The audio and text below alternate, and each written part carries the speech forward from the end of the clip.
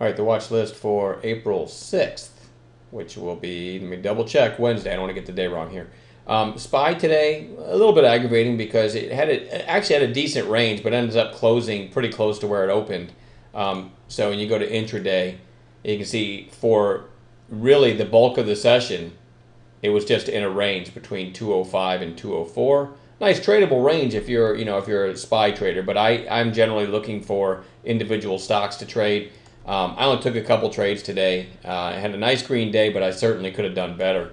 And you know what? I'm just going to show you those real quick. The first call I made today was GNCA right here where the arrow is. This is the opening 5-minute candle. As it went red to green right here, I took it. And within 5-10 minutes, I had $500 in my pocket. So it's a good way to start the day. And then I got to share this one with you, and then I'm going to go into the watch list. This DRWI looked like this when I called it. I think I called it at 672 because it had this big spike here and then sideways all afternoon, so it was holding up really well. Low floater. Called it at 672 with a 652 stop. Look what happens. It triggers, doesn't stop out, and about 20 minutes later goes nuts. So I took it, and then as it came back to my entry, I just killed it, okay? Because I thought, okay, I guess it's not going to go. Ended up basically a flat trade, and look what it could have done. I think I lost, 50 to 70 bucks after commissions. Again, still had a decent day, but it's hard to be a day trader and not lament every now and then over something that could have been. And this was just a huge late day move. So really screwed the pooch on that one, if you will. And look at that crazy move now. So anyway, that was pretty much the bulk of my day. Here's what I have for tomorrow. MOMO. It was on watch for today, and then it looks like, wow, pretty strong. It's holding up well. But if you go to the intraday, didn't do anything all day until the last 5 minutes, right? Then it came back up near the highs. So, and nice volume in that last 5 minutes. So that's interesting to me, and it looks good. Like over Tuesday's high would be 1217, and you look to the left of that, you have 1227 would be a break of Monday's high. So, not a bad idea to put those numbers on your list. I'm writing them as I'm talking. 1217 again and 1227. Those are simply potential catalysts, right? If broken, then, and I do like the volume here. So if you switch to 15s, let's go to 60s. Yeah, it's not that compelling. It almost looks like a head and shoulders on 60s that failed. And a lot of times if you have a head and shoulders and it doesn't play out to the downside, you can get a nice powerful move to the upside. So we'll see. This isn't my favorite chart, but just, that volume spike on Monday has my attention. STXS was on watch today, never gave a trade. But this is where it opened. And again, just the last few minutes came up close to where it opened. So I like it over Tuesday's high, 175. That might push it through that 190 and maybe carry it higher. So that's STXS, ARGS. After this big move, there's the high. 1, 2, 3, 4 lower highs on the daily and a nice narrow range today right at the 8-day moving average. So I like it over today's high, 662. Will go in my notes. That's ARGS. FIT, FIT, just goes back on watch. It didn't give a trade today, and it's just kind of wedging here after this nice 2 or 3 day rally. And this might go sideways for a long time, but it might roll over. I don't know, but one thing I always tell people, I'm an extremely patient trader when it comes to waiting for the right entry, okay? So I'll sit 3-4 hours in cash if I have to, waiting for the right stock at the right moment that should start knocking down dominoes if it triggers right away. So that way, if I'm right, I get in and I'm immediately green. I can sell some and then try to trail stop the rest, right? And have basically free shares of that company. So I'm not so patient, by the way, when I'm in something and it's working, of letting it work to its fullest potential. Certainly guilty of leaving money on the table a lot, but that's my one best strength, I think, in trading is waiting for that right moment where I've got what I call stacked catalysts that should propel the thing higher right at that inflection point where I take it. So that's why, like FIT today, didn't give me an entry. It just didn't meet any parameters. Kind of picture a trend line here. If this gets back up over 1550, I think it might pop, but I don't know if tomorrow's the day or ever.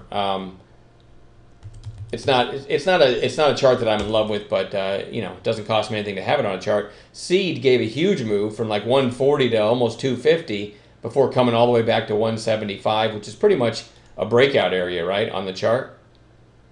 You can look at it right here. Like this was an area that it had trouble with, and then just ripped through it, but found its way back there. So maybe a red to green tomorrow. I think it's worth watching. Possible red to green tomorrow. I'll have that one on watch. Lumber Liquidators, LL. And this is another one of those things. I actually was watching this because of the gap up. I added this to my gap playlist this morning. Here's the opening 5-minute candle. Very nice volume above all these recent highs, and it had news.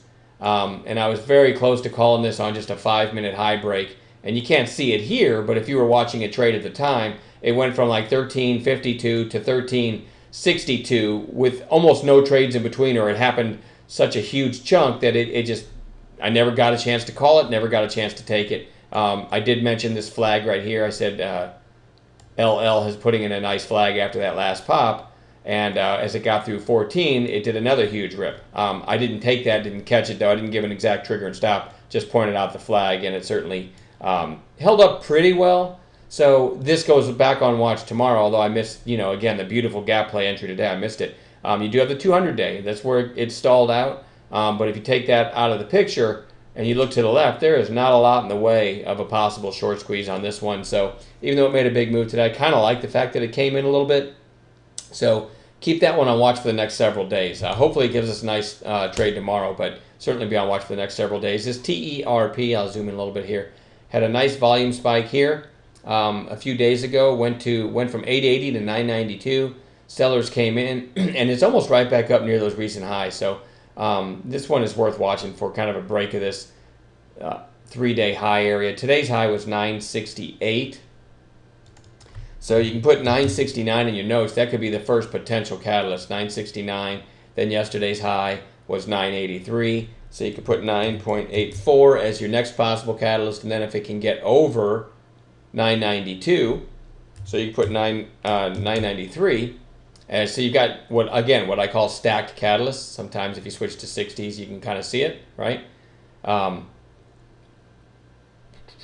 here's the last few days. So it certainly looks good if it can get over today's high. You could picture it retesting this recent high. It's not crystal clear, but I think it's worth watching. That's TERP. Couple more to watch. CREE, Cree. Now, there's nothing compelling on this chart. It closed at 29.05. But I believe they had earnings after the bell. If nothing else, they certainly had an announcement, and it's trading after hours is closed now, making this kind of late. It closed after hours at 23.57.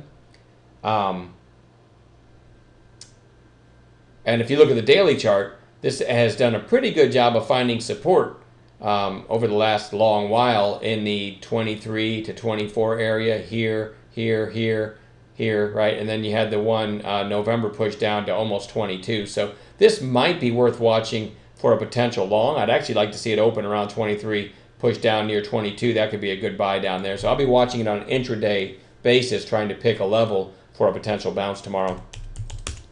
And then lastly, this GBSN, decided to put this back on watch. It did the reverse split, so you've got to do this just to see the candles.